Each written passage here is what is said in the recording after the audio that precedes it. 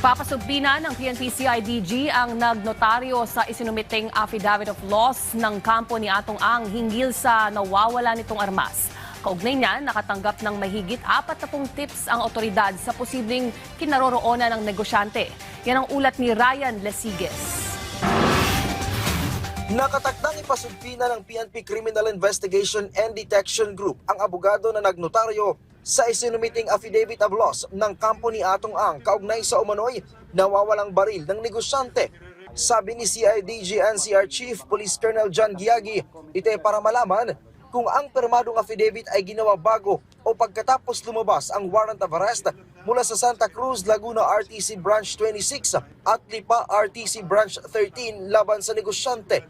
Matapos kasi kansilahin ng Firearms and Explosive Office o FEO ang license to own and possess firearms and registration niyang, agad ipinag-utos ng FEO na isurrender ang 6 na baril na nakarehistro kay Ang.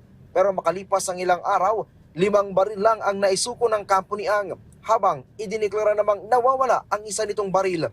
Nagpa-receive tayo ng subpoena doses tecum doon sa mga nagnotaryo to bring yung pertinent documents. Kailan ito isinubmit, ano pa yung mga dokumento to support anong nangyari doon sa nawawalang isang baril at totoo ba na linotaryo nila ito. Samantala, umabot na sa 40 impormasyon ang natanggap ng PNP-CIDG mula ng ilunsad ang hotline para sa makakapagturo ng pinagtataguan ni Ang.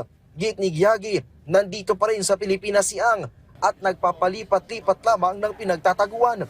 Wala kasing sightings ang mga otoridad sa puganting negosyante sa Cambodia at Thailand kung saan daw ito nagtatago, batay na rin sa nakuhang impormasyon mula sa tinaguriang whistleblower sa kaso ng missing sabungero na si Julie Patidongan.